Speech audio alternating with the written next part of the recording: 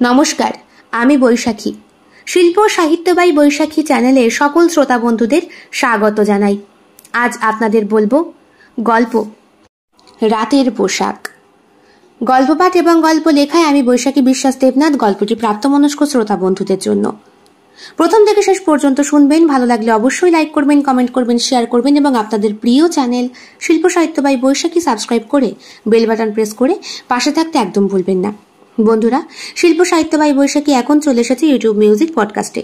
ইচ্ছে করলে আপনারা সেখান থেকেও গল্প শুনতে পারেন এবং আপনাদের ব্যক্তিগত মতামত আমার সঙ্গে শেয়ার করতে পারেন। আজ আপনাদের বলবো গল্প রাতের পোশাক। গল্প পাঠ এবং গল্প লেখায় আমি বৈশাখী বিশ্বাস দেবনাথ। গল্পটি প্রাপ্তমনস্ক এবং প্রাপ্তবয়স্ক শ্রোতা বন্ধুদের জন্য। তোমাকে না কতবার বলেছি, এইসব পোশাক পরার অভ্যেস আমার নেই। অভ্যেস করো। এইসব পোশাকে একটা সুবিধা আছে, এই চট করে অত গিট ফিট খুলতে হয় না। তাছাড়া তুমি যে পেটিকোটটা পরো মাঝে মধ্যেই তো টাইট হয়ে যায়। কতটা টাইম লাগে বলো তো? তোমার কি সব কিছুতেই অশ্লীল কথা? আরে এই পোশাকে খারাপটা কোথায়? তাছাড়া আজকাল গ্রামে গঞ্জে শহরের সব মেয়েরাই নাইটি পরছে, আমি পারবো না। বাড়িতে বড়দা খুব বকাবকি করতো। বড়দা বলতো শাড়ি মেয়েদের সৌন্দর্য বাড়ায়, আর নাইটি পরলে মেয়েদেরকে কেমন কামনাময়ী লাগে, মনে হয় গিলে খাই। তোমার দাদা তোমার সামনে আমার সামনে বলবে কেন? দাদার বন্ধুরা আছে না। তাছাড়া দাদার পাওয়ার লুমে কাজ করা কত কর্মচারী আছে জানো? এই অন্যান্য পোশাকের জন্যে শাড়ির ব্যবসা দাদার মার খেয়ে গেল। আমাদের গ্রামে আন্না বলে একজন ছিল, সে তো ব্রাহ্মণের মেয়ে, সবসময় শাড়ি পরে থাকতো। একবার আমিও দেখেছি নাইটি পরে বেরিয়েছে। ইস, ওর শরীরটা দেখে গ্রামের ছোট থেকে বড় সবাই যে কিভাবে গিলে খাচ্ছিল। দেখো সুতপা, কথার মারপ্যাচে আমাকে ঘোরালে কিন্তু চলবে না। আমি অনেক স্বপ্ন নিয়ে ব্যাঙ্গালোর থেকে এটা তোমার জন্য নিয়ে এসেছি। একবার হলেও তুমি পড়ো, আমার সামনে এসো, আমি দু চোখ ভরে তোমায় দেখি। তার আগে তুমি বলো তো, গরমের মধ্যে তুমি হঠাৎ করে চলে এলে? হ্যাঁ, কারণ এবার পুজোয় থাকতে পারবো না, একটা আর্জেন্ট কাজ আছে, ব্যাঙ্গালোরেই থাকতে হবে। এইবারের গরমের ছুটিতে সুতপা ঠিক করেছে তার ঠাকুরদার বাড়ি রূপশ্রী পল্লীতে গিয়ে কাটাবে।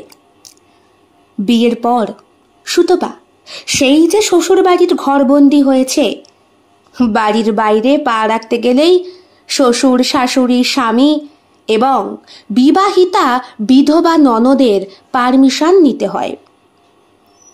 সুতপা ঘরোয়া মেয়ে, সারাদিন পতি সেবা, শ্বশুর শাশুড়ি সেবা, রান্না বান্না, ঘর গোছানো, এইসবের মধ্যেই সময় কাটাতে ভালোবাসে। বিয়ে হওয়ার পরে শহরতলির আবহাওয়া গায়ে লেগে সুতপার কালো বরণে বেশ চাকচিক্য এসেছে। স্বামী কুমার, একজন ইঞ্জিনিয়ার, বছরের বেশিরভাগ দিনই কাটান ব্যাঙ্গালোরে।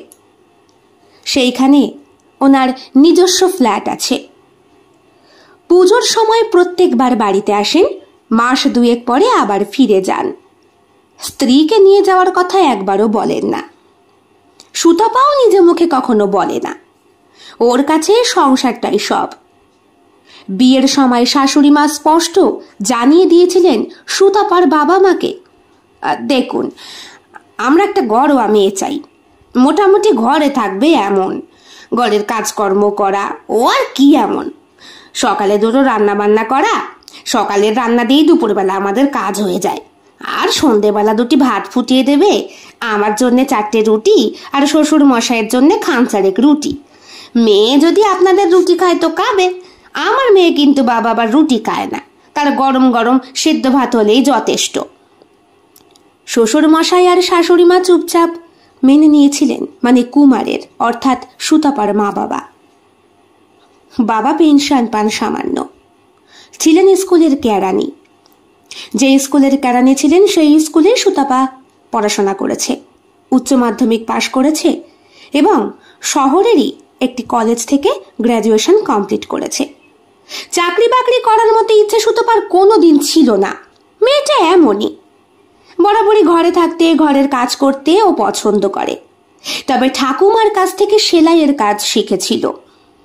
মাঝে মাঝে মামার বাড়িতে যখন সে যেত, ঠাকুমা ওকে হেম সেলাই করা, কাঁথা স্টিচ দেওয়া, চেন সেলাই, এমন আরো অনেক অজানা সেলাই শিখিয়েছিল।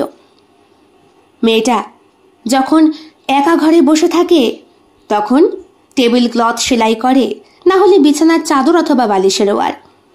শ্বশুর বাড়িতে এইসব কাজ ওই সময় কাটানোর বিলাসিতা মাত্র, আর কিছুই নয়। ঘরের কাজ করে সুতাপর নাকি হাতে অগাধ সময়, তাই ওইসব করেই সে দিন কাটিয়ে দেয়। সুতাপর এসব নিয়ে কোনো অভিযোগ নেই। স্বামীর কাছে প্রচুর ভালোবাসা পায় সে। যখন স্বামী বাড়ি আসে তখন বিয়ের পরে হানিমুন করতে আর 5টা বাঙালি ঘরের মতোই পুরী অথবা দীঘাতেই সে গিয়েছিল। 2 রাত থাকার পর প্রচন্ড পায়খানা বমি হয়ে সে ফিরে আসে, কারণ সেখানকার শৌচাগার ছিল যথেষ্ট অপরিষ্কার। কুমার সুতাপার শরীর সম্পর্কে যথেষ্ট যত্নবান, তাই তো গাড়ি করে বাড়িতে নিয়ে এসেছিল। যদিও অত টাকা গাড়ি ভাড়া যাওয়াতে শাশুড়ি মা আর শ্বশুরের কাছে দুটো কটু কথা শুনতে হয়েছে কুমারকে, তবুও সে বাবা মার কথার পাত্তা দেয়নি। বাড়িতে সখী বলতে একটি মেয়ে, সে হলো ওর ননদ। বিধবা ননদের একটাই দোষ, সে বোবা, কথা বলতে পারে না। প্রথম যখন বিয়ে হয় তখন পাত্রপক্ষ পাত্রীকে দেখতে এসে, হেঁটে দেখাও তো একটু মা, ওইটুকুতেই আর অগাধ রূপসী হওয়ার জন্যে বিনা বাক্য ব্যয়েই বিয়ে হয়ে গিয়েছিল। যথেষ্ট দান করেছিলেন মেয়েকে শ্বশুর এবং শাশুড়ি মা। পোলসজ্জার রাতেই যখন আবিষ্কার হলো বউ বোবা, তখনই বাড়িশুদ্ধ লোক ঘাড় ধাক্কা দিয়ে তাড়িয়ে দিয়েছিল ননদকে। ননদ সেই থেকেই এখানে। কদিন পর খবর আসে স্বামীটি গাড়ি অ্যাক্সিডেন্টে মারা গেছে। এখনো ভাবতে গেলে সুতাপার বেশ অবাক লাগে। ফুলসজ্জার রাতে কথা বলতে গিয়েছিল, তার আগে সে কথা বলেনি। তার মানে শ্বশুর বাড়িতে গিয়ে একেবারে চুপচাপ অতগুলো ঘন্টা অর্থাৎ কাল রাত্রি কাটালো কি করে? যাকে এইখানে এসে ননদের সঙ্গে ইশারায় বেশ কথা হয়। ননদ হাতাহাতি রান্নাঘরে কাজ করতে গেলে শাশুড়ি মা চিৎকার করে বলেন, বেদবা ননদটাকে খাটাতে কষ্ট হয় না তোমার? একই মেয়েটা আমার বোবা, আমি মরলে যে ওর কি হবে সেই তো ভাবি। কেন যে ভগবান সন্তান দিয়ে এমন বিকলাঙ্গ দিলেন। মা, দিদি বিকলাঙ্গ না, কথা বলতে পারে না, সেটা আবার এমন কি? চট করে শ্বশুর মশাই বলেন, ও কথা বলতে পারতো বৌমা, কথা বলতে পারতো। আমাদের পোষা একটা কুকুর ছিল, কুকুরের আয়ু তো আর মানুষের মতো হয় না। কোথায় যেন একটা দেখেছিলাম, তো ভগবান যখন সবার মধ্যে আয়ু বন্টন করছে তখন নাকি এই কুকুরকে 30 বছর আয়ু দিতে চেয়েছিল, কিন্তু কুকুর বলেছে না, সে 12 থেকে 14 বছরই বেঁচে থাকতে চায়। এত কম আয়ু হওয়ার জন্যেই তো আমাদের টমিটা মারা গেল। টমির মৃত্যুর পরই আমার মেয়ের মুখের ভাষা সে সঙ্গে করে নিয়ে গেছে। ও, দিদিকে ডাক্তার দেখাননি? অনেক দেখিয়েছি, ভেলোর পর্যন্ত নিয়ে গেছি, তাও মেয়ে সুস্থ হয়নি। আমরা গিয়েছিলাম আমাদের গ্রামের বাড়ি কাটানগরে, সেইখানেই টমিটা অস্বাভাবিকভাবে মারা যায়। ওর কাটা মুন্ডুটা উদ্ধার হয়েছিল, দেহটা নয়। ওই অস্বাভাবিক দৃশ্য দেখেই, কথাটা শুনেই গায়ে কাঁটা দিয়ে ওঠে সুতপার। বাবা, এমনও বিভৎস জায়গায় ওদের পৈতৃক নিবাস আছে? শ্বশুর মশাই আরও বলেছিলেন, তারপর থেকে ওখানকার জমি জমা ত্যাগ করে আমরা এখানে। ওই কাঁটা পুকুরে কেউ থাকতে চায় না। ওখানে নাকি আগে রঘু ডাকাতের বসতি ছিল। কত অসহায় মানুষকে সে ওখানে জ্যান্ত পুঁতেছে, কত মেয়েকে ধর্ষণ করেছে। সবার বিদেহী আত্মা নাকি যত্রতত্র ঘুরে বেড়ায়। পশু তাদের প্রিয় খাদ্য, কারণ পশুর মতোই তারা মৃত্যুবরণ করেছিল। সুতপা খানিকক্ষণ চুপ করে শ্বশুর মশাইয়ের মুখের দিকে তাকিয়ে তারপর ঘরে চলে গিয়েছিল। দরজা বন্ধ করে গুনগুন করে গান গাওয়া, ঘর দোর পরিষ্কার করা, এইসবের মধ্যে এই দৈনন্দিন জীবনটা খুব ভালোই কাটছিল। বছর ঘুরতেই সুতপা যখন বুঝতে পারল তার পেটে একটা বাচ্চা এসেছে, খুশি তখন আর ধরে না। স্বামী অক্টোবর মাসে এসেছে, নভেম্বর মাসেই চলে গেছে, আর ডিসেম্বরেই সে আবিষ্কার করেছে সে পোয়াতি। যদিও 1 বছরের মধ্যে সন্তান আসাতে সুতপার হাজবেন্ড খুব একটা খুশি নন। ওর স্বামী কুমার বলেছিল কেউ জানতে পারবে না, বাচ্চাটাকে নষ্ট করে ফেলো। আমি তো ওইদিকে ঘরদোর দেখছি, তোমাকে নিয়ে যাওয়ার ব্যবস্থা করছি, আর তুমি এখন পোয়াতি হয়ে বসলে। বোঝো ঠেলা। এখন এই অবস্থায় মা বাবা যদি একবার জানতে পারে, কেউ তোমাকে বাইরে বেরোতে দেবে? তারপরে আমাদের ঘোরাফেরা, লাইফটাই শেষ। একটা বাচ্চার দায়িত্ব কিন্তু কম না। সুতপা অবাক হয়ে তাকিয়েছিল কুমারের দিকে। পরিবারের সবার থেকে এই মানুষটা বোধহয় একটু অন্য রকমের। মাঝে মধ্যে ননদ চোখের ইশারায় কুমারের সাথে কিরকম সম্পর্ক জিজ্ঞেস করে। লজ্জায় লাল হয়ে যায় তখন সুতপা। হবেই তো, ননদটা তো শরীরের স্বাদ পায়নি। এই বছর গরমের ছুটিতেই হঠাৎ করে কুমার এসে হাজির। খুব ভালো করেই জানে সুতপা, ডিসেম্বরে সে পোয়াতি হয়েছে, সবে মাত্র ৩-৪ মাস। যদি এখনো সেরকম ডাক্তার দেখানো যায়, বাচ্চাটাকে বোধহয় নষ্ট করা সম্ভব। এখন মার্চের একেবারে শেষের দিকে, ডিসেম্বরের শেষের দিকেই নিজের প্রেগনেন্সিটা আবিষ্কার করেছিল ও। কুমার বাড়িতে আসায় কিছুটা আনন্দ আবার কিছুটা আতঙ্কে রয়েছে সুতপা। রাত্রেবেলা সেদিন খেতে বসে হঠাৎ করে কুমার জিজ্ঞেস করে, আচ্ছা সুতপা, বিয়ের সময় শুনেছিলাম রূপশ্রী পল্লীতে তোমার নাকি একটা বাড়ি আছে। তোমার বাবা গল্প করছিলেন, তোমার ঠাকুরদাদের আমলের। সেইখানে গিয়ে এবারে সামার ভ্যাকেশনটা কাটালে হয় না? আনন্দিত হয়ে উঠেছিল ননদের চোখ দুটো। বুঝতে পেরেছিল সুতপা, মেয়েটা সবসময় ঘরের মধ্যে বদ্ধ অবস্থায় থাকে। বাড়িতে লোকজন এলে কেউ ওর সাথে কথা বলে না, বলবে কি, ও তো বোবা। তার উপরে বিয়ে করেই মেয়ে এখানে এসে বাবা মায়ের ঘাড়ে বসে খাচ্ছে। সেই কারণেই বোধহয় ননদের প্রতি একটু বেশি দরদ বাবা মার। মা বললেন, না না, গরমের মধ্যে যাওয়ার দরকার নেই। ওরা যখন ঘুরতে চাইছে দাও না, আর ওরা তো একা বলছে না, আমাদেরকেও তো নিয়ে যাবে। কিরে বাবু, যাবি না? হ্যাঁ, আমি তো সবার সাথেই বলেছি। তোমার বাবার সাথে কথা বলে দেখো, উনি কি বলেন।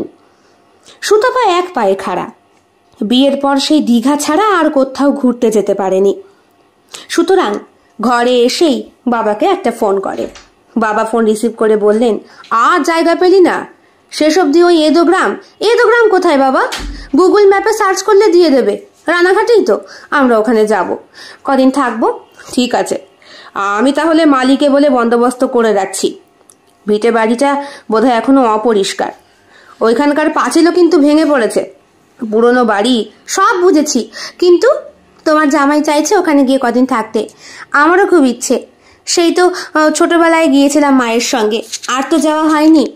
তারপর ঠাম্মি যে কদিন বেঁচেছিলেন সেই কদিন, ঠাম্মিও চলে গেলেন, আর সবটাই কেমন শূন্য হয়ে গেল। হ্যাঁ, ঠিকই বলেছিস। ঠিক আছে, আমি তাহলে আগামীকাল নয় বাবা, তুমি এখনই ফোন করো। মালিমাসিকে বলো সবটা পরিষ্কার করে রাখতে। কথা মাফিক 2 দিন পর গাড়ি করে ওরা রওনা দেয়। বিধবা ননদকে সঙ্গে নিয়ে যাচ্ছে সুতপা, যদিও ওকে শাশুড়ি মা বা শ্বশুর নিয়ে যেতে রাজি হননি।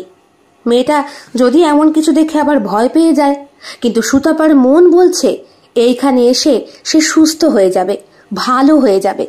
কেন কি জানি, মাঝে মধ্যেই ওই ননদের চোখ মুখ দুটো দেখলে সুতপার কেমন যেন মনে হয় মেয়েটা কথা বলতে পারে, সব করতে পারে, কিন্তু মুখে উচ্চারণ করতে চায় না।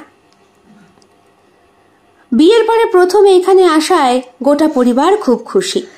সুতপার বাপের বাড়ির পরিবার শরিকি পরিবার, কাকা জ্যাঠা সবাই মিলে এক হাঁড়ি অবশ্য নয়, কিন্তু সবার মধ্যে একতা আছে।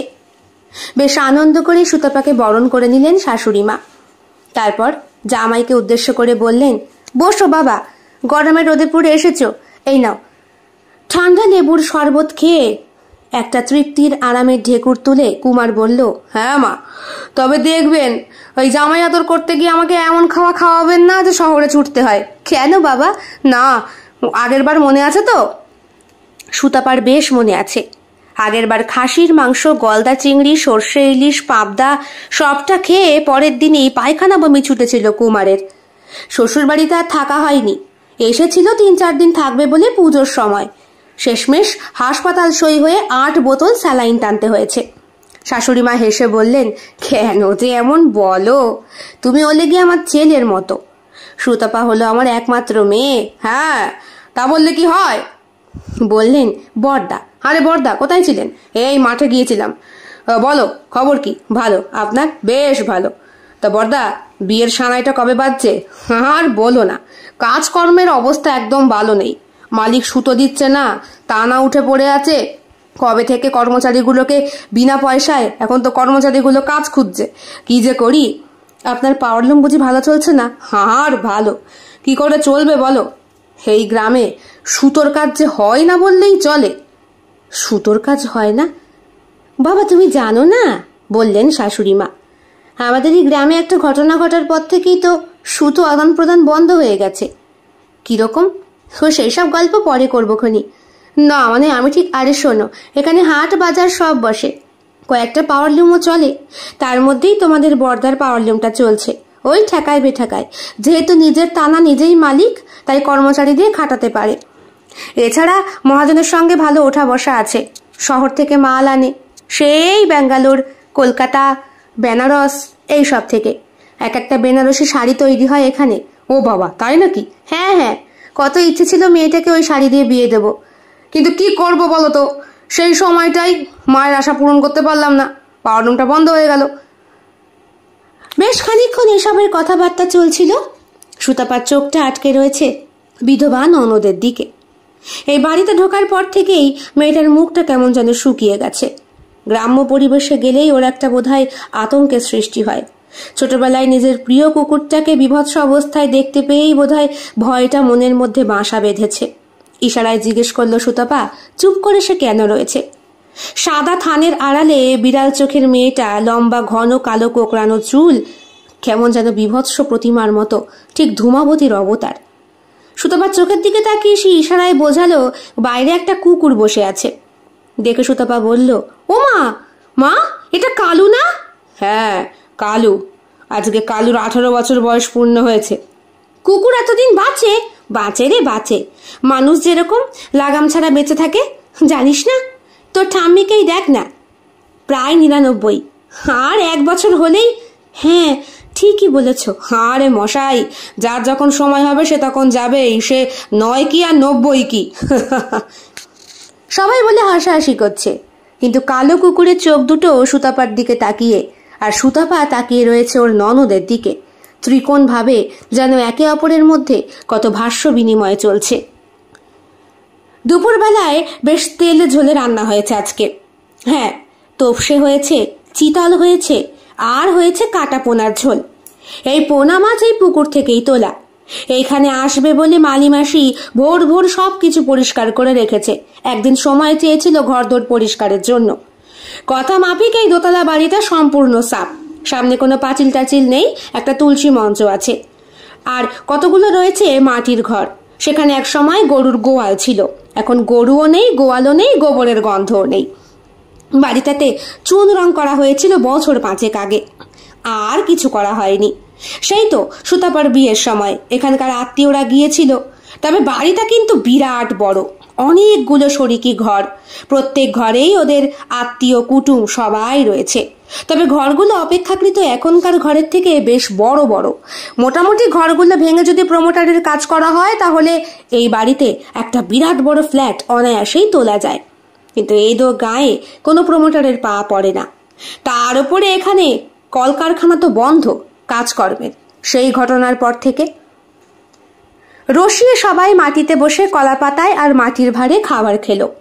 খাওয়ার পর চট করে কুমার বলে, 7 দিনের নামে এসেছে কিন্তু মা, এরপরে কিন্তু অতিরিক্ত আর খাওয়াবেন না, তাহলে আমাকে সব ফেলে হাসপাতালে ছুটতে হবে। এখানে তো আবার হাসপাতালটাও সেই। হ্যাঁ যা বলেছ, বললেন শ্বশুর মশাই। তা বেয়ান, আর কিছু কি খাওয়ানোর বাকি ছিল? বেয়ান আমাদের খাওয়াতে খুব ভালোবাসে। হ্যাঁ গো সুতপা, তোমার মা কত তেলে ঝোলে পরিপাটি করে কত পদ রান্না করে। আর জানেন দিদি, আপনার মেয়ে আমাদের বাড়ি গিয়ে রান্নাঘরে রাঁধতেই চায় না। এই 2-1 পদ করেই বেরিয়ে যায়। সকালে রাঁধে, ফ্রিজে ভাত রেখে দেয় দুপুরের জন্য। সে কি রে সুতপা, এই পরিবারের মেয়ে হয়ে তুই শ্বশুর শাশুড়িকে এমন করে সেবা করিস?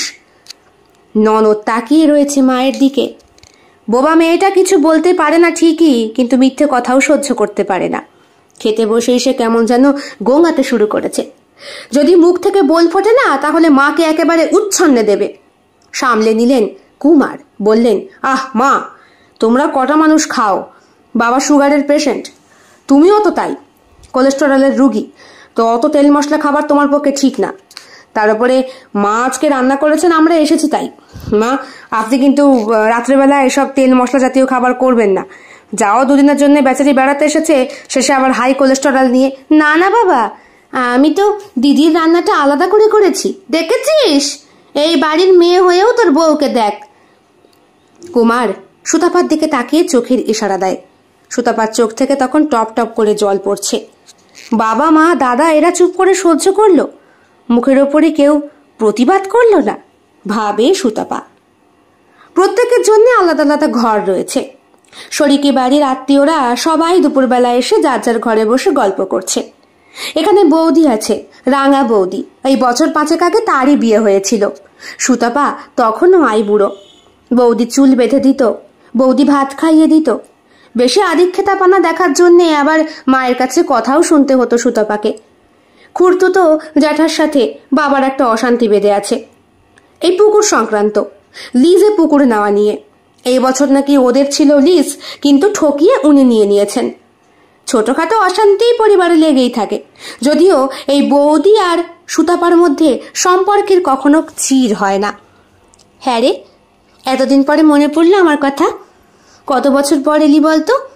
বিয়ের পরে কি এদিকে পা রাখতে নেই, নাকি ঠাম্মি মরে যাওয়ার পর? না গো বৌদি, আমি তো আসতে চাই, ওই তো সময় পায় না। তাছাড়া শ্বশুর শাশুড়ির বয়স হয়েছে। হ্যাঁ রে, তুই এই শহরে গিয়ে একা একা ঘরের মধ্যে সময় কি করে কাটাস বলতো? হ্যাঁ, আমি হলে তো বাবা দম বন্ধ হয়ে যেত। কত কপাল করে আমি এমন একটা পরিবার পেয়েছি, গ্রামের মেয়ে গ্রামের পরিবার বলে হাসে রাঙা বৌদি। আরে এটা তো ননদ না? হ্যাঁ। চোখে মুখে ইশারা করে জিজ্ঞাসা করে রাঙা বৌদি ওর বিধবা ননদকে, কেমন আছো? সেও বেশ হেসে উত্তর দেয়। রাঙা বৌদি বলে, কি সুন্দর মেয়েটা, দাঁতগুলো সমান, মাথার চুল ভরা, চোখ দুটো কটা কটা, গায়ের রংটা একেবারে কাঁচা হলুদের মতো, এরকম সাদা থান পরে থাকে, সাদা ব্লাউজ। ভালো লাগে না রে? উঠতি বয়সের মেয়ে কোথায় শাঁখা সিঁদুরে। বৌমা ডাক আসে রাঙা বৌদির। যাই মা। সে চলে যায়। সুতাপা শুনতে পায়, কি ওদের ঘরে গিয়ে কাচর কাচর করছো? বলি তোমার শহরের পা টিপে দিতে হবে, জানো না? যাও। প্রত্যেকটা পরিবারই নিজের বৌমাকে মেয়ের মতো ভাবতে পারে না, মনে মনে ভাবে সুতাপা, যদিও ওর কোনো আক্ষেপ নেই। রাত গড়াতেই স্ত্রীকে একা পেয়ে চাপটে ধরে কুমার। আহ, কি করছো? কি করছো মানে? এলাম তো এই জন্যই এখানে সেকেন্ড হানিমুনটা করতে। হানিমুন না ছাই, ভাল লাগে না। জানো তো কি হয়েছে? তোমার মা আমাকে সবসময় অমন করে।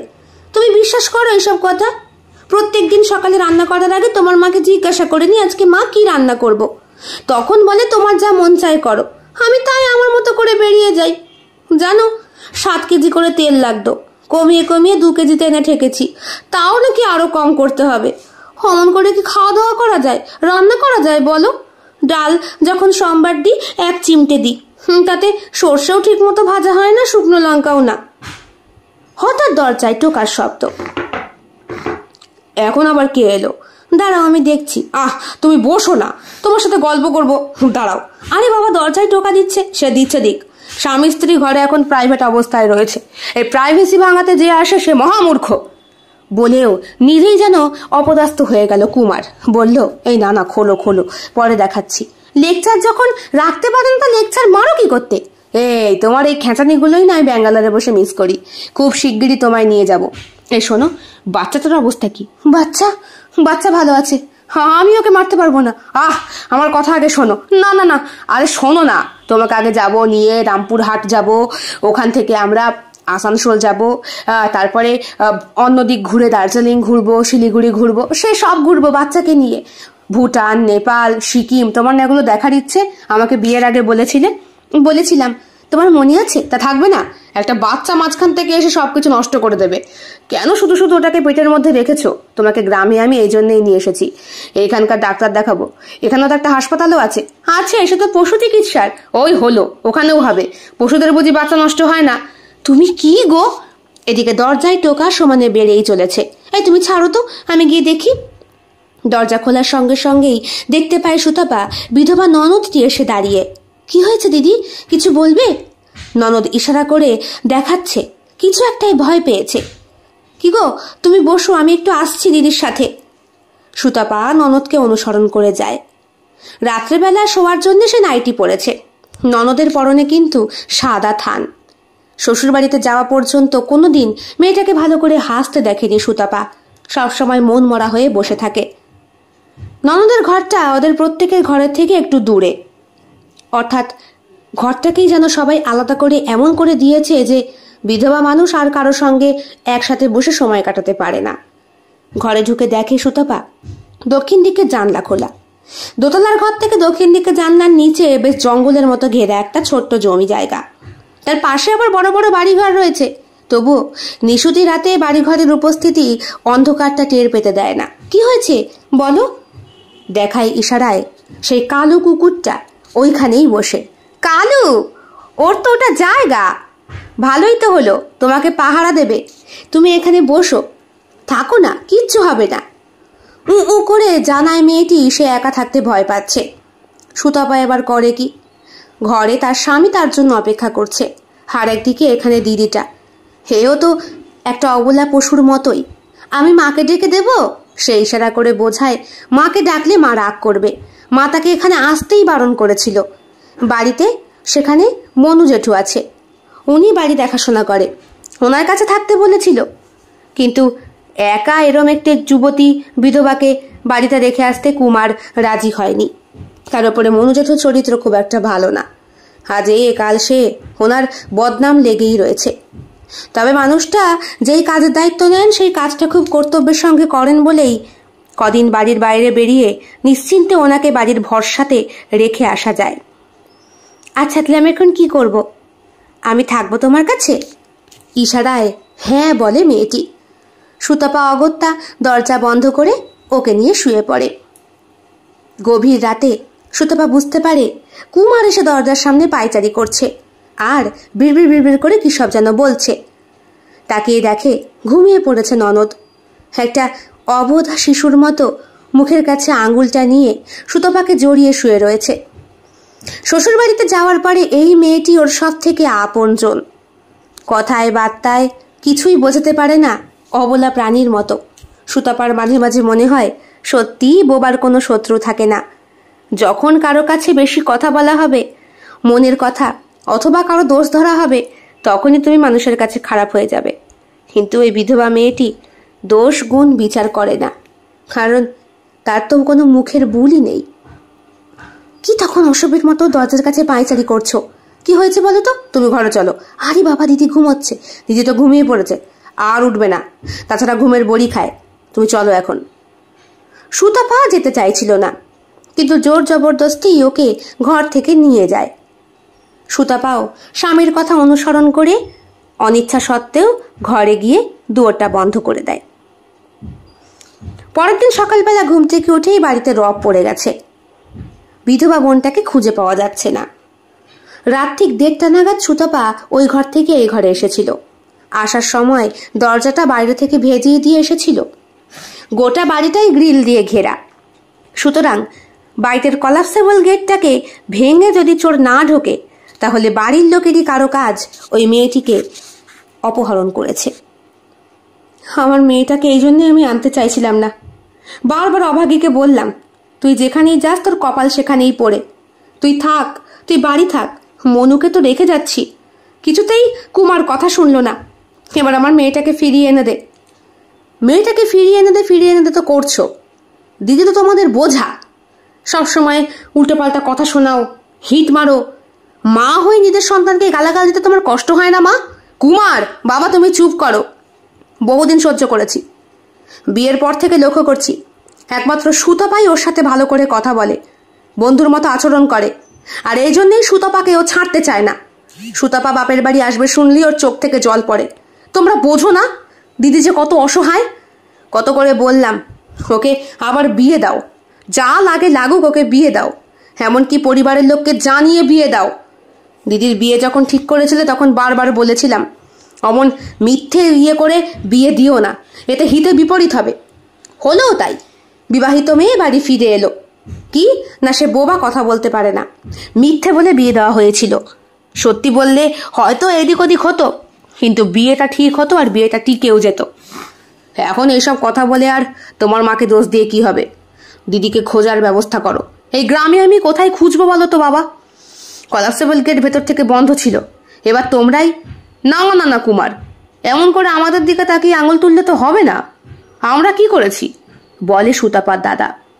সবাই সবার ঘরে ঘুমোচ্ছিলাম, যদি নিজের ঘরে দরজা খুলে রেখে কেউ। চট করে সুতাপার মাথায় খেলে, দাদা কি করে জানলো ওর ঘরে দরজা যে খোলা ছিল? দাদার ঘরটা তো নিচের তলায়, ওদের প্রত্যেককে রাখতে দেওয়া হয়েছে ওপর তলায়। তাছাড়া এই বাড়ি এখন মাঝখান দিয়ে বেশ কটা ভাগ হয়ে গেছে, যদিও পাঁচিল দিয়ে ঘেরা নেই। এই বাড়ি থেকে ওই বাড়ি যেতে গেলে বারান্দা টপকে যেতে হবে, বারান্দা তো গ্রিল দিয়ে ঘেরা, যাওয়ারও কোনো উপায় নেই। তাহলে লোকজনের সামনে কথাটা বেমালুম হজম করে যায় সুতাপা। মিটিং মিটে যাওয়ার পরে সিদ্ধান্ত নেওয়া হয় যে স্থানীয় থানায় খবর দেওয়া হবে এবং যত শীঘ্র সম্ভব মেয়েটিকে খুঁজে বার করতে হবে। সবাই যখন যে যার ঘরে চলে গেছে, চিন্তিত মুখে কুমার আর কুমারের শ্বশুরমশাই এবং বাবা থানার উদ্দেশ্যে বেরিয়েছে। হঠাৎ করে সুতাপা বলে, বড়দা শোন। বড়দা আগেই নিজের ঘরে গিয়ে বসেছিল। আজকে আর সে কাজে যায়নি, বোন বাড়ি এসেছে তো। একেই পাওয়ারলুমে সুতো বেচার কাজ খুব একটা ভালোও হচ্ছে না, তবুও। তুই কি করে জানলি দিদির ঘরে দরজা খোলা ছিল? প্রশ্নের মুখোমুখি হয়ে বেশ অবাক হয়ে যায় সে। তন্ময় বলে বোনকে, দেখ আমি জাস্ট অনুমান। ওখানে তো সবাই উপস্থিত ছিল রে, খুড়তুতো জ্যাঠা জেঠি সবাই। ওরা তো জানেই না যে দিদির ঘরে দরজাটা খোলা ছিল, তুই একমাত্র জানিস। সত্যি কথা বলতো দাদা, দিদিকে কোথায় রেখেছিস? তন্ময় চুপ করে তাকিয়ে থাকে বোনের দিকে। ধরা পড়ে গেছিস কিন্তু, সত্যি কথাটা স্বীকার কর, না হলে সবাইকে বলে দেব দিদি মিসিংয়ে তুই দায়ী। না না বলিস না প্লিজ, তাহলে বল আমায়, সবটা খুলে বল। দেখ সবটা তোকে সত্যি করে খুলে বলছি। তোর ওই বিধবা ননদকে আমি বরাবর পছন্দ করি, ভালোবাসি। বিয়ের সময় ও যখন এসেছিল, ওর এই ফর্সা মুখশ্রী আর সুন্দর কোমল দেহটা আমাকে পাগল করেছিল। একাকী ওকে পেতে চেয়েছিলাম। তোদের বাসরের দিন আমি ওকে ডেকে নিয়ে, কি তুই শোন আগে পুরোটা। আমি ওকে ডেকে নিয়ে বলেছিলাম আমি ওকে বিয়ে করব। হ্যাঁ, ওর এই বৈধব্য বেশ আমার ভালো লাগে না, কিন্তু ও আমার কথাই শুনল না। ও আমাকে একটা চড় মেরে ওখান থেকে বেরিয়ে গেল। তারপর থেকে ও এখানে আসতে ভয় পেত। তুই যখন বাপের বাড়ি যেতিস তখন ও তোর সাথে কোনোদিন আসেনি আমার ভয়। কিন্তু বিশ্বাস কর আমি কালকে রাতে ওকে অপহরণ করিনি। এইবার যখন তোরা বেড়াতে এলি, আমি মনে মনে সিদ্ধান্তই নিয়েছিলাম যে ওকে বিয়ে করার প্রস্তাবটা সরাসরি তোর বাবাকে বলবো।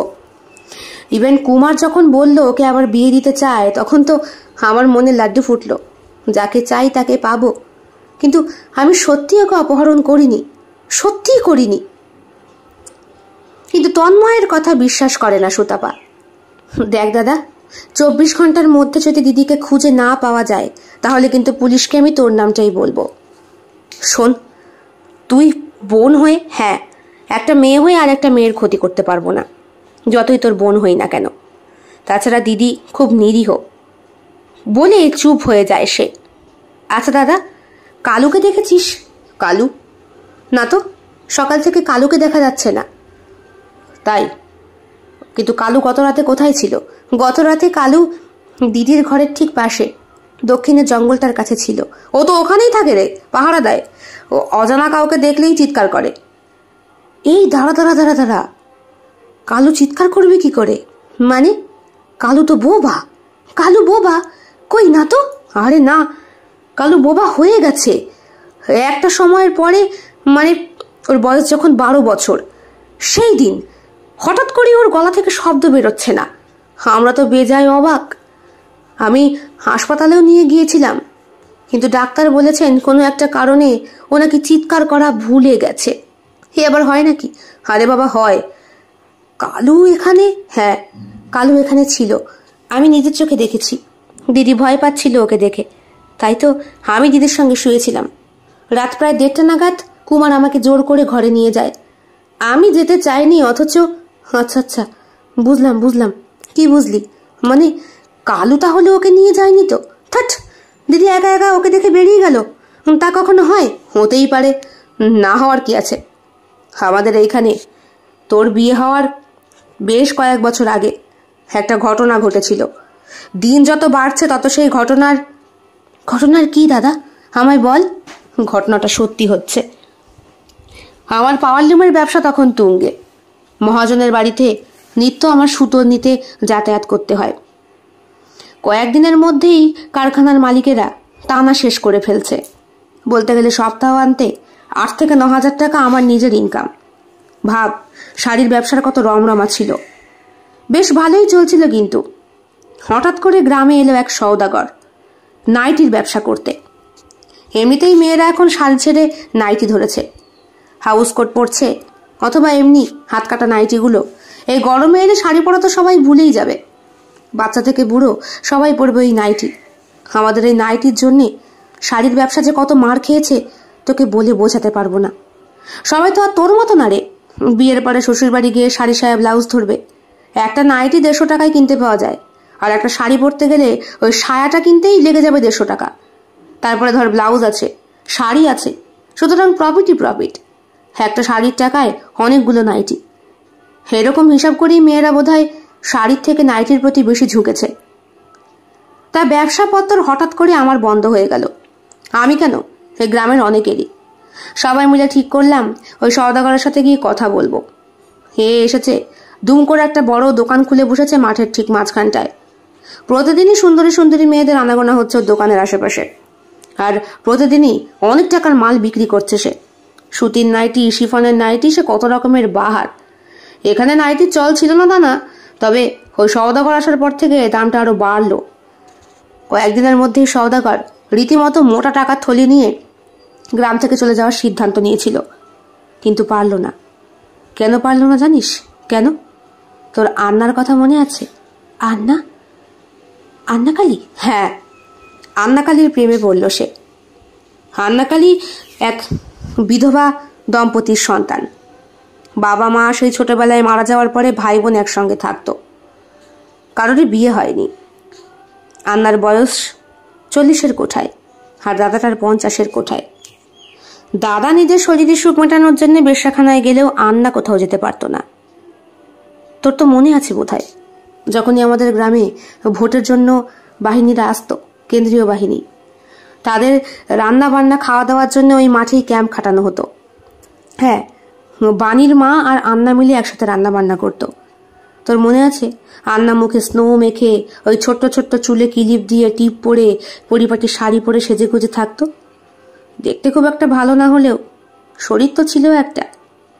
গ্রামের মানুষ একদিন আবিষ্কার করলো নিশুতি রাতে সওদাগর আন্নার ঘরে যায় আর তার সাথে শারীরিক সঙ্গম করে। কেউ কেউ তো জানলা দিয়ে সরাসরি দেখতেই পেয়েছে। ওই কয়েক মাসের মধ্যে আন্নার পেট বাঁধিয়ে দিল সেই লোক। পেটে বাচ্চা নিয়ে আন্না সবার দৌড়ে দৌড়ে ঘুরে বেড়ায়, কান্নাকাটি করে, কলঙ্ক লুকিয়ে রাখতে পারে না। ঠিক করলো পেটের বাচ্চাটাকে বেলের কাঁটা দিয়ে পুঁতে মারবে। মানে জরায়ুর ভেতরে বেলের কাঁটা। ভাব, নিজের পেটের ভেতরটা মোচড় দিয়ে ওঠে সুতাপার। তারও তো এখন আন্নার মতো অবস্থা। 5 মাসের পোয়াতি হয়ে গিয়েছিল, পেটটা ধীরে ধীরে ফুলছিল। এদিকে সওদাগরও পাত্তালি গুটিয়ে যাওয়ার তাল করছে। এমন সময় একদিন ঝড় বৃষ্টির রাতে বাড়ির সবাই মিলে ঠিক করে, আর পঞ্চায়েতের প্রধান প্রত্যেকেই আন্নার বাড়িতে গিয়ে উপস্থিত। সওদাগরকে ধরে আন্নার সঙ্গে বিয়ে দেবে। সওদাগরের কানে হয়তো কথাটা কেউ লাগিয়ে দিয়েছিল আগেই, কারণ এই গ্রামে সওদাগরের অনুরাগীর সংখ্যা কম ছিল না। সবাই ওর শরীরের প্রতি কাঙ্ক্ষিত। সওদাগর দেখতে ছিল সেই। পরে জানতে পারা গেছে গ্রামের কত বৌদির সঙ্গে সে শুয়েছে তার ঠিক নেই। তোর সোনাইয়ের কথা মনে আছে? সোনাই পিসি? হ্যাঁ, সেও তো ওই বছর 30-এর একটি মেয়ে ছেলে। বাবা মায়ের 3 বোনের মধ্যে বড় মেয়ে। কামড়ের গুঁতোয় এ গ্রাম ও গ্রাম ঘুরে বেড়াতো। দীপক বলে কার সাথে একবার বিয়েও করেছিল। অবশ্য দীপক ওই 12 মেয়ের সাথে কেন সংসার করতে যাবে, তাই বিয়ে করে বউকে বাড়ি রেখে তার সাথে রাত না কাটিয়েই চলে গিয়েছিল ব্যাঙ্গালোরে চাকরি করতে। পরে জানা যায় ব্যাঙ্গালোর না, দুবাই। 6 মাস পরেও যখন দীপক বাড়ি ফিরল না, তখন সোনাই ফিরে এলো বাবা মায়ের কাছে। এসে বলল শ্বশুরবাড়ির সংসার সে করবে না। এদিকে শ্বশুরবাড়িতে স্বামী ছাড়া পাড়ার লোকের কাছে বদনাম রটে গেল। সবাই ওকে দেখলেই দূর দূর ছাই ছাই করে। শেষ পর্যন্ত সোনাইয়ের বাবা রিক্সা চালক মাধবদা ঠিক করলেন যে কোনো একটা পাত্রের সঙ্গে সোনাইকে পাত্রস্থ করে অন্তত গ্রাম থেকে বিদায় করতে পারলেই বাঁচে। একই আমাদের গ্রামের নাম জামাইপাড়া হিসাবে বিখ্যাত। জানিসই তো, এখানে ঘরে ঘরে সবাই জামাই। মেয়েদেরকে বিয়ে করে সব যে কি গন্ধ পেয়ে গেছে যে এখানেই থেকে গেছে। হ্যাঁ, এইটা আমি ছোটবেলা থেকেই শুনেছি। আমাদের বাবাও তো তাই। দাদুর সম্পত্তি সবকিছু পেয়ে বাবাও এখানে শেকড় গেড়ে বসলেন। খুব কম যান শহরে।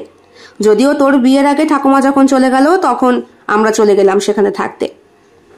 তারপর কি হলো শোন। তারপরে ওই ঝড় বৃষ্টির রাতে আমনাকে সহই সওদাগরের কাছে গিয়ে হাজির হলো সবাই। সওদাগর তখন দোকান বন্ধ করে সবে নাকি রওনা দিয়েছে, ফিরবে। এমন মুহূর্তে গ্রামের লোক যখন খুঁজে পেল না, আমনা ঠিক জানতো সওদাগর কোথায় আছে। জঙ্গলের মাঝে হাতে হ্যারিকেনটা নিয়ে পেটে বাচ্চাটাকে নিয়ে সে খুঁজতে বেরোলো। কিন্তু সওদাগরকে পাওয়া গেল না। পাওয়া গেল আন্নার ল্যাংটো দেহটা, আর পেটের ভেতর থেকে নাড়ি ভুড়ি শুদ্ধ বেরিয়ে যাওয়া বাচ্চার টুকরো টুকরো অংশ। দাদার মুখে কথাটা শুনে 2 হাত দিয়ে চোখ বন্ধ করে বসে পড়ে সুতাপা। তুই শুনেই বসে পড়লি, আর চোখের সামনে আমরা এই দৃশ্য দেখেছি। এরপরে তো সবাই মিলে সওদাগরকে খোঁজার জন্যে একদম এদিক ওদিক ছুটতে শুরু করলো। কিন্তু সওদাগরকে কোথাও পাওয়া গেল না। সওদাগরের কাটা মুন্ডুটা আবিষ্কার হলো একেবারে পুকুর পাড়ে, দেহটা নেই। তারপর থেকেই গ্রামে সুতোর ব্যবসা বন্ধ হতে শুরু হলো। সবাই তো মনে করে যে আন্নার শরীরে বস্ত্র ছিল না, তার উপরে সওদাগরের ওই নাইটির ব্যবসা, সব মিলিয়ে টোটাল ব্যাপারটা তো কাপড়কে ঘিরেই হচ্ছে। কাপড় কিনতে গিয়েই বিনা কাপড়ে আন্না যখন মারা গেল, তখন আন্নার বিদেহী আত্মা আর তার সন্তানটা এখন যে কোনো মানুষ যাদের উদ্দেশ্য খারাপ তাদেরকে মারার জন্যে গ্রামে অতৃপ্ত অবস্থায় ঘুরে বেড়ায়। আমাদেরও ব্যবসা লাটে উঠল। যেহেতু বিবস্ত্র অবস্থাতেই আন্নার এই দেহটাকে আমরা মাটি দিয়ে পুঁতে দিয়েছিলাম। আমরা শুনেছি আমাদের ধর্মে না হোক অন্য ধর্মে মাটিতে পোঁতার আগেও নাকি বস্ত্র দিয়ে পুঁততে হয়। কারণ অলৌকিকভাবে চিন্তা করতে গেলে ওই পাড়ের মানুষেরও কিছু ক্ষমতা আছে এই জগতে আর ওই জগতে থাকা, একটা সেতু বন্ধনের মধ্যে। তুই কি বলছিস আমি কিচ্ছু বুঝতে পারছি না দাদা। আমিও প্রথমে বিশ্বাস করতে পারিনি। গ্রামের পুরোহিতকে ডাকা হলো। উনি সব কি সব পুরোজো টুর্জো ভুজুং ভাজুং এসব করে আবিষ্কার করলেন যে সুতোর ব্যবসা আর চলবে না, এখানে আন্নার আত্মা ঘুরে বেড়াচ্ছে। আমরাই তো আন্নাকে বাঁচাতে পারলাম না। ওই সওদাগর আন্নাকে ধর্ষণ করে ওর পেটের বাচ্চাটাকে বেল কাটা ফুটিয়ে নারী শুদ্ধ বার করে নৃশংসভাবে খুন করেছে। তাই সব রাগ গিয়ে পড়েছে আন্নার ওই সুতোর ওপরে। নাইটিও তো সুতো দিয়েই বোনা হয়। এখন মেয়ে ছেলেরা কাপড় ছেড়ে নাইটি পরছে, রাগটা বুঝতেই পারছ। আন্না তো কোনোদিন শাড়ি ছেড়ে নাইটি পরেনি। এই সওদাগরের পাল্লায় পরেই প্রথম নাইটি পরেছিল। গ্রামে মুদিখানার দোকানে চাল ডাল আটা কিনতে যেত। আমি তো একদিন বলেছিলাম যে মারে তোকে কাপড়ে ভালো লাগে, তুই এসব পরিস নে, কিন্তু আমার কথা সে শোনেনি। এখন বোঝো, ব্রাহ্মণের মেয়ে, কি করবা তোমরা? অপমৃত্যু হয়েছে, দেহ পোড়াবে নাকি পুঁতবে? সবাই মিলে পোড়ানোর থেকে বেশি পোঁতার সিদ্ধান্তটাই নিয়েছিল। কিন্তু আমি এখনো ভাবি, যেহেতু ব্রাহ্মণ বংশের সন্তান, তাকে রীতিমতো পুরোহিত ডেকে মন্ত্রপাঠ করে তবেই বোধহয় দাহ করা উচিত ছিল। এইসবের সাথে কালুর কি সম্পর্ক? কারণ কালু সেই দৃশ্য দেখেছিল। ওই থেকেই কালুর কথা বন্ধ। ও, তাহলে এখন কি হবে? আর কি হবে বল? আন্নাও যে বোবা ছিল। সবকিছু শেষে আন্না বোবা ছিল এইটা সুতাপার মাথাতেই নেই। সেও তো ইশারা ইঙ্গিতে কথা বলতো। পেটের বাচ্চাটাকে দেখে করে কান্নাকাটি করত। মুখ থেকে কি সব শব্দ বার করত, সদ্য বুলি ফোটা বাচ্চাদের মতো। তাহলে এবার ভাব, কালুর দেখা চোখের সামনে দৃশ্য আর তোর ননদের বিধবা হওয়াটার মধ্যে হঠাৎ করে মিসিং হয়ে যাওয়া একটা কানেকশন রয়েছে না? আমার মাথায় কিচ্ছু ঢুকছে না দাদা। ধপ করে বিছানায় বসে পড়ে সুতাপা। আমার কি মনে হয় জানিস? কি? আমার মনে হয় তোর ননদের মধ্যে আমনা ভর করেছে। দেখ, গোপনে ওর পেটে কোনো বাচ্চা ফাচ্চা নেই তো? সুতপার হঠাৎ করে মনে পড়ে কয়েকদিন আগেই খাবার খেয়ে বমি করেছিল ওর ননদ। ইশারায় বলেছিল বদ হজম হয়েছে। বমি তো পায় পেটে বাচ্চা আসলে, পোয়াতি হলে। দাদার কথা কোনো দিক থেকে সত্যি নয় তো? সেই দিন রাতেও প্রচণ্ড ঝড় বৃষ্টি ওঠে। পুলিশ নিয়ে সারা গ্রাম ঘুরেও খুঁজে পাওয়া যায়নি বিধবা ননদটাকে।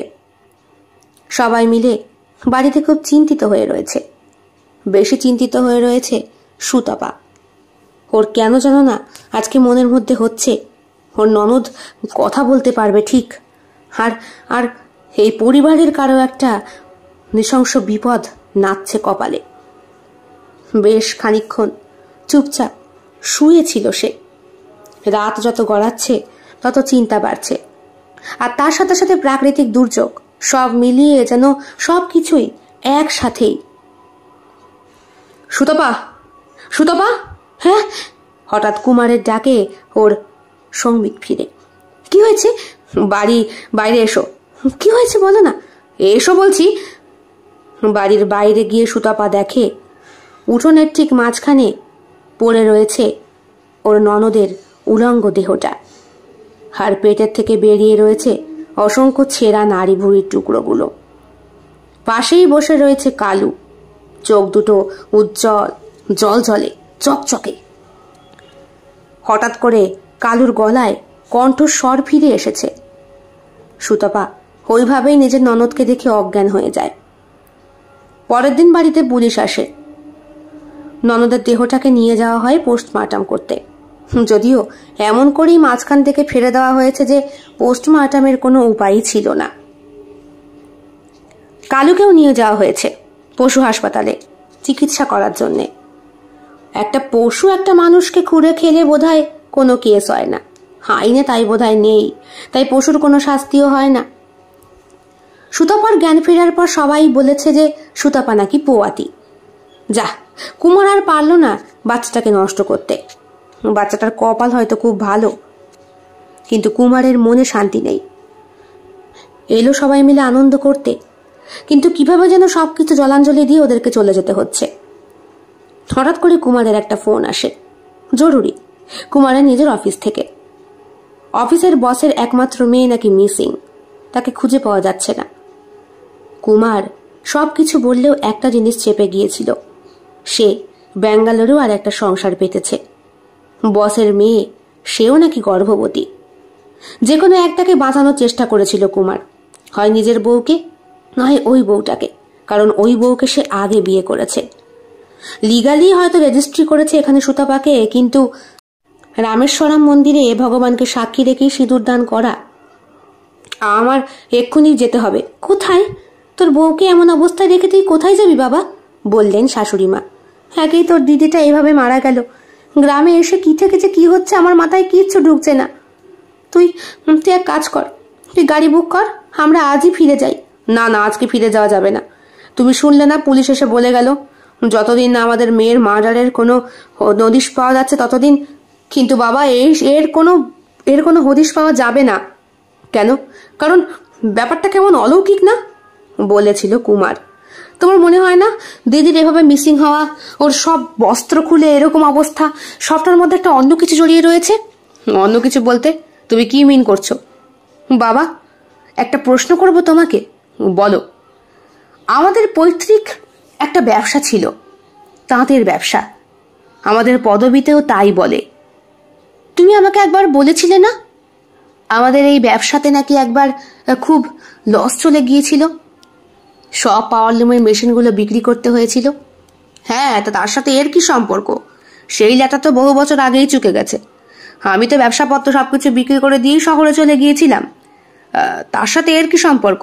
কাঁটা পুকুরে বাবা, মনে আছে মাটি খুঁড়ে অনেক মেশিন আবিষ্কার হয়েছিল, পরে সেই মেশিনগুলোকে ঠাকুরদা একে ওকে বিক্রি করে দিয়েছিল। তোমার কি মনে হয় না এর সাথে কাঁটা পুকুরের কোনো যোগাযোগ আছে? ওইখানেও তো বোবা অসহায় মেয়েদেরকে তুলে এনে ধর্ষণ করা হতো, মাটিতে পুঁতে রাখা হতো।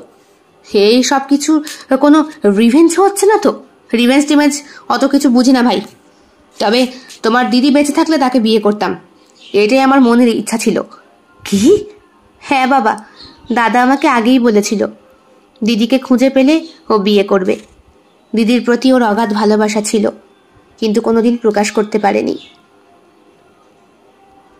ঘটনার ঠিক মাস 6 পরে গ্রামে এক সওদাগর এসেছে, আবার ব্যবসাপত্র খুলতে।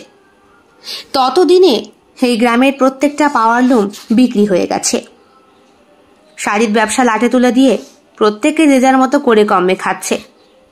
হঠাৎ করে আবার শাড়ির ব্যবসা ফিরে এসেছে বলে সবাই বেশ আতঙ্কেই রয়েছে। সুতপা একটা কন্যা সন্তানের জন্ম দিয়েছে, আর কোইন্সিডেন্টলি কন্যা সন্তানটি জন্মগত বোবা। সুতপার খুব আনন্দ ওর ননদ ফিরে এসেছে বলে, কিন্তু মেয়েটার দেহের ঠিক পেটের নাভির মাঝামাঝি একটা চেরা দাগ। কে যেন জোর করে চিঁড়ে দিয়েছে ওর শরীরের নাড়ি ভুড়ি বার করে নেওয়ার জন্য আগের জন্মে, আর এই জন্মে নিপুণ হাতে সেলাই করে দিয়ে একটা হালকা চিহ্ন রেখে গেছে ওর শরীরে। আজ পর্যন্ত কেন যে মারা গেল মেয়েটি তার কোনো খোলাসা হয়নি। পুলিশ কেস ক্লোজ করে দিয়েছে, কারণ আততায়ী একটি কুকুর যে কোনোদিনই স্বীকার করবে না যে সে দোষী, কারণ পশুদের কোনো শাস্তি হয় না। সওদাগর এসে ব্যবসা করছে দিব্যি, ভালোই। সবার পাওয়ারলুমের ব্যবসা লাটে তুলে দিয়ে এখন সে নাইটির বিজনেস খুলে বসেছে আবার। তবে মনে মনে এখনো ভয় হয় তন্ময়ের। আবার না কোনোদিন কালুর উদ্ভব হয়, আবার না কালু কোনোদিন মৃত আন্নার দেহের বিদেহী আত্মার ওপর ভর করে অসহায় বোবা মানুষগুলোকে খুন করে। আসলে বোবাদের মুখের ভাষা হয় না, তাদের ওপরে ঘটা টর্চারের কোনো রকম কেস হয় না, সুরাহা হয় না, কারণ তারা বোবা। আন্না নিজে ছিল বোবা। সওদাগরকে সে শাস্তি দিতে পারেনি বলে বোবা মানুষগুলোর ওপর তার আক্ষেপ গিয়ে পড়েছিল। প্রত্যেকটা বোবা মানুষকে এসে নিজের হাতে খুন করত। যদিও নিজের চোখে দেখেনি তন্ময়, সবটাই তার অনুমান ভিত্তিক। কিন্তু কালু কেন এইভাবে বিধবা বোনটাকে হত্যা করলো? এর পেছনে কি থাকতে পারে? নাকি সবটাই তন্ময়ের কারসাজি? বিয়ের রাতে সেই দিন কাছে পেতে চেয়েছিল বিধবা বোনটাকে, পায়নি বলেই বোধহয় আক্রোশে সেই দিন ওকে ডেকে নিয়ে গিয়ে ধর্ষণ করে ওর শরীরের মাঝখান বরাবর ছিঁড়ে দিয়ে তারপরও দেহটাকে প্লাস্টিকের মধ্যে পুড়ে ছুঁড়ে ফেলে দিয়ে গিয়েছিল বাড়ির উঠোনের মাঝখানে। কালু প্রত্যেকটা দৃশ্য চোখে দেখেছিল, কিন্তু ঘেউ ঘেউ করে বলার ক্ষমতা ছিল না। আসতে পারি? কে? বহুদিন পর তন্ময়ের অফিসে একটি মেয়ে এসেছে। আসলে আমি এখানে এসেছি নতুন বিজনেস করব বলে। কাপড়ের বিজনেস করবেন? কাপড় এখন কে পরে? যদিও আমি পরে রয়েছি, আমি করতে চাই। আমার এইখানে বাড়ি রয়েছে। বাড়ি? হ্যাঁ, বহু বছর আগে এখানে আন্নাকালী বলে একটি মেয়ে থাকতো, তার দাদা। দুইজনেই মারা গেছে, আর উত্তরসূরি হিসাবে ওর সম্পত্তি আমার প্রাপ্য। কিরকম? কারণ আন্নার একটি দিদি আছে, অবৈধ সম্পর্কেই বলতে পারেন। ওর বাবা পুরোহিত ছিল তো, এই গ্রামে ওই গ্রামে যেত পুজো করতে, সেইখানেই আমার বীজ বপন হয়েছে। আমি এসেছি সেই সম্পত্তির অধিকার নিতে আর কাপড়ের ব্যবসা করতে। আন্নার মৃত্যু হওয়ার পর থেকেই আমাদের শহরে ওর দেহটা উদ্ধার করার জন্য অনেক জটলা কুটলা হয়েছে। এখানকারই একটি মানুষ রয়েছে, এই যে সওদাগর, কিছুদিন আগে আপনাদের গ্রামে দোকান খুলে বসেছে, উনি খবর দিয়েছিলেন। আমি চাই নতুন করে ব্যবসাটাকে আবার স্টার্ট করতে। আর আপনি হবেন আমার আপনি হবেন আমার ডান হাত। সবটা আপনার হাত ধরেই হবে, কারণ সুতো সম্পর্কে আপনার থেকে বেশি বুদ্ধি তো কারো নেই। চুপ করে তাকিয়ে থাকে তন্ময় মেয়েটির দিকে। স্লিভলেস ব্লাউজ পরা নেই, মেয়েটি রয়েছে রীতিমতো এয়ার হোস্টেস শাড়ি পরা, আর পরনে গলা আর পিঠ ঢাকা একটা ব্লাউজ। হাঁ করে কি দেখছেন? করবেন না? মনে মনে ভাবে সে। সওদাগর এসে ওর বিজনেস লাটে যখন তুলে দিয়েছিল, তখন ওর সব আক্রোশ গিয়ে পড়েছিল আন্নার ওপরে। এই আন্নার জন্যই তো সওদাগর এখানে এতগুলো দিন টিকে গিয়েছিল। প্রত্যেক দিন রাতে আন্নার গোঙানির শব্দটা ছিল চরম তৃপ্তির। আন্নাকেও কাছে পেতে চেয়েছিল তন্ময়, কিন্তু আন্না ওকে পাত্তা দেয়নি। আর এখন এই মেয়ে ছেলেটা কি সুন্দর লাঙ্গিরি করে বেড়াচ্ছে। পেটে বাচ্চাও চলে এসেছিল আন্নার। কাঁদতে কাঁদতে আন্না প্রথম গিয়েছিল তন্ময়ের কাছে সাহায্য চাইতে। নিজের পাশবিক সত্তাকে জাগ্রত করে প্রথমে আন্নাকে সে ধর্ষণ করে, তারপরে ওর পেটের বাচ্চাটাকে বেল কাটা ফুটিয়ে বাড়ির বাইরে বের করে আনে শরীরের, এবং ওর দেহটাকে ছুঁড়ে ফেলে দিয়ে যায়। কালু আক্রমণ করেছিল সওদাগরকে আর মুন্ডুটাকে ছিঁড়ে ফেলে দিয়েছিল, সেটা অন্য বিষয়। কিন্তু সবকিছুর মূলে দাঁড়িয়ে রয়েছে তন্ময় নিজে। অপমৃত্যু বলে সবকটা কেসই পুলিশ হ্যান্ডেল করে নিয়েছিলেন, কারণ সাক্ষ্য প্রমাণের অভাবে। কিন্তু এই মেয়েটি এত বছর পরে কি নিয়ে আসলো এই গ্রামে? এত বছরের সংবাদ, এত বছরের জীবনের পরিবর্তন, সংঘর্ষ, সামাজিক প্রেশার, সব কিছুকে উপেক্ষা করে প্রাচীন সংস্কৃতি আর একটা ফালতু গল্পকে মনের মধ্যে আটকে নিয়ে প্রত্যেকটা মানুষকে গ্রামের ভয় দেখিয়ে, পেতনির ভয় দেখিয়ে, আন্নার বিদেহী আত্মা ঘুরে বেড়ানোর গল্প রটিয়ে নিজের চরিত্রটাকে যেইভাবে লুকিয়ে রেখেছিল তন্ময়, সেইটাকেই আবার জাগাতে আসেনি তো এই মেয়েটি? সামনে সাদা শাড়ি পরে দাঁড়িয়ে থাকা সাক্ষাৎ পেতনি স্বরূপিণী মেয়েটির মধ্যে হয়তো আন্না আর যুবতী ওই বিধবা মেয়েটা সব কিছু মিলেমিশে একাকার হয়ে গেছে। অসুর দমন করার জন্যে দেবী দুর্গাই বারবার আবির্ভূত হয়েছেন, দেবতা কিন্তু নয়। ভাবতে গিয়ে নিজের সমস্ত শরীরে কাঁটা দিয়ে ওঠে তন্ময়ের। আচ্ছা, গ্রামের যুবকগুলো যদি লুঙ্গি গামছা জড়িয়ে ছাতি বের করে ঘরমাক্ত শরীরটাকে শো অফ করতে পারে, তাহলে মেয়েগুলো নাইটি পরে ঘুরলে অসুবিধাটা কোথায়? নিজেকেই নিজে প্রশ্ন করে তন্ময়। ওর যত রাগ নিজের ব্যবসা লাটে উঠে যাওয়ার জন্য ওর। কেমন যেন মানসিক রোগীতে পরিণত হয়েছে তন্ময়। একসময় নিজেই চিন্তা করে, ভাবে, আচ্ছা যে কোনো পোশাকেই বা মেয়েদেরকে সতর্ক করার আগে আমাদের দৃষ্টিটাকে ঠিক করা উচিত না? হ্যাঁ? কোনো উত্তর পায় না তন্ময়। কেমন লেগেছে আজকের নিবেদন? কমেন্ট বক্সে কমেন্ট করতে কেউ ভুলবেন না। আর ভালো লেগে থাকলে অবশ্যই লাইক করবেন, শেয়ার করবেন এবং আপনাদের প্রিয় চ্যানেল শিল্প সাহিত্য বাই বৈশাখী সাবস্ক্রাইব করে অবশ্যই পাশে থাকবেন। দেখা হবে অন্য আরও একটি ভিন্ন স্বাদের গল্পের সঙ্গে খুব শিগগিরই। বন্ধুরা, বেল বাটন প্রেস করতে কিন্তু একদম ভুলবেন না, নতুন গল্পের নোটিফিকেশন চট জলদি পেয়ে যাবার জন্যে। দেখা হবে খুব শিগগিরই আরও নতুন একটি ভিন্ন স্বাদের গল্পের সঙ্গে। সবাই খুব ভালো থাকবেন, সুস্থ থাকবেন এবং শরীরের যত্ন নেবেন। বিদায়।